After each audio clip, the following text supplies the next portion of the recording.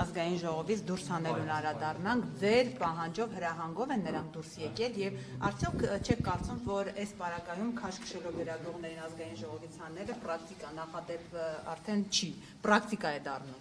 Նախ իմ պահանջով չէ, այլ օրենքի պահանջով, սևով սպիտակի վրա գրված է, թե ով կարող է ներկա գտնվել հանձնաժողովի նիստին, հայերեն լեզվով գրած է եւ քաղաքացիները լրագրողները, որոնք որ հավատարմագրված չեն ստացել զրկվել են, չեն կարող այնտեղ գտնվել։ Ես ուզում հասկանալ մեր լրատվական դաշտի հետ ինչ է կատարում, այսինքն նպատակը գալ լուր տալ նա ինֆորմացիան փոխանցել նախակետից բկետ, թե սեփական անձի շուրջ սկանդալ սարքելն է, սեփական հարցի մեջ այնպես ձևակերպումներ անելն է, որպեսզի բանախոսը ինչ որ ձևով հակադարձի եւ դա սկանդալ դառնա, սեփական քաղաքական հայացքները ներկայացնելն է։ Ուզում հասկանամ, խանգարում եք ժողովուրդ, ուզում հասկանամ լրատվությունը այսօր ինչով է զբաղվում։ Այդ մարդիկ իրավունք չունեն գտնվել նիստերի դահլիճում եւ նույնիսկ որպես քաղաքացի իրավունք չունեն գտնվել այնտեղ։ Դրա համար պետք է հանձնաժողովը նիստ անի, որոշում կայացնի, որպեսզի իրանք կարողանան ներկա գտնվել։ Կամ ավարտվեին նոր լքեն դահլիճը։ Նույնիսկ չի կարող թույլ տալ։ Օրենքով հստակ գրած է, ամենայն հարգանքով բոլոր հանձնաժողովի նախագահների նկատմամբ, հա իմ բոլորն էլ իմ գործընկերներն են, բայց օրենքով գրած է։ Հիմա ես չեմ կարող թույլ տալ, որ ազգային ժողովի նիստերի դահլիճ, չգիտեմ, ինչ որ մեկը ձեզանից գա նստի, մեկ լսի գնա։ Կարգ գոյություն ունի եւ այդ կարգը խախտվել է։ Եվ ինչի օրինակ լրագրող Վահե Մակարյանի պարագայում իրան դուրս կհրավիրեն, այսինքն այս մյուս լրագրողների պարագայում, որոնց հավատարմագրումը նույնպես չի արվել, իրանք չպետք է դուրս հրավիրվեն։ Հավատարմագրումից նրան զրկեցի միայն նրա համար, որ տվել են Հայկ Կոնջորյանին մի հարց, որ նրան դուրս չի եկել։ Մենք հիմա նորից վերադառնում ենք այն բանին, ինչի մասին ես նոր խոսում էի։ Դուք ասում եք այն, ինչ որ ձեր կարծիքն է։ Դրա հետ կապված, եթե չեմ սխալվում, դրա հետ կապված այսօր լրագրողներից մեկը բացականչում էր, որ դատական գործ կա եւ այլ, եւ դատարանը որոշի, եթե ինչ որ բան նես չի եղել, շատ բարի։ Սիմոնյան նաեւ որոշակի առումով սա ըստ էության եւ նաեւ լրագրողների նկատմամբ ի վերջո չորրորդ իշխանություն են եւ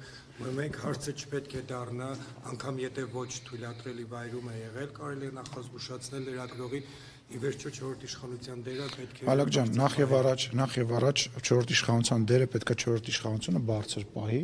եւ լրագրողները իրանց այնպես դրսեւորեն, որպեսզի հասարակ մարդիկ, ոչ թե քաղաքական գործիչները հաճույք ստանան խոսակցությունից եւ զգուշացնելու հետ կապված իրանց զգուշացվել է, որ իրանք դուրս գան։ Որևիցե դեպք չի լինում, երբ որ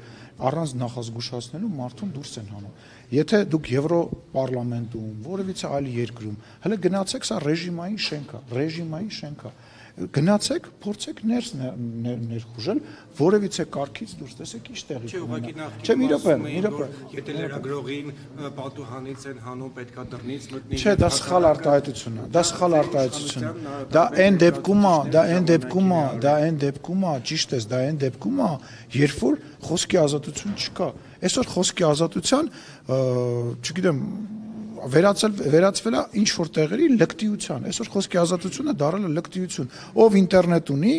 ով համացանց մուտք գործել գիտի, ինքը ազատ խոսքի հնարավորություն ունի։ Այսինքն համեմատում եք այն ժամանակները, երբ որ կային կառավարվող լրատվամիջոցներին,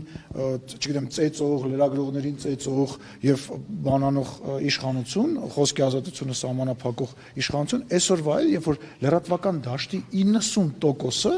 Անդիմադիր ես այստեղ կանգնած եք, ինձ ասեք, ո՞րն է իշխանը, ինքն է, որ իշխանության հետ կապ կարա ունենա, դες ասեք, հեսա, ձեզ վառ օրինակ, դուք բոլորդ անդիմադիր լրատվամիջոցներ եք, սխալ եմ ասում։ Այո, մենք չեզոք լրատվամիջոց ենք։ Լավ, չեզոք լրատվամիջոց եք, բայց իշխանական չեք եւ իշխանությունը ձեր գործունեությանը չի միջամտում եւ չի կարող, չէ՞ միջամտել։ Բա ինչի մասին է խոսքը։ Ժողովուրդ լրագրողների գործունեությունը երեկվա վարչապետի ասուլիսի հետ կապված, հա, ասենք հարցազրույցը լրագրողը դա ինտելեկտի, դա չգիտեմ, բովանդակության, փոխանակումը, ցուցադրումը, այլ ոչ թե գաս դու քեզ ցույց տաս դիմացինին սադրես, քո ելույթը ունենաս, շատ վատ տեղ են գտնվում։ Այլ հարցեր։ Ահա, այլ հարցեր ունենք։ Պարոն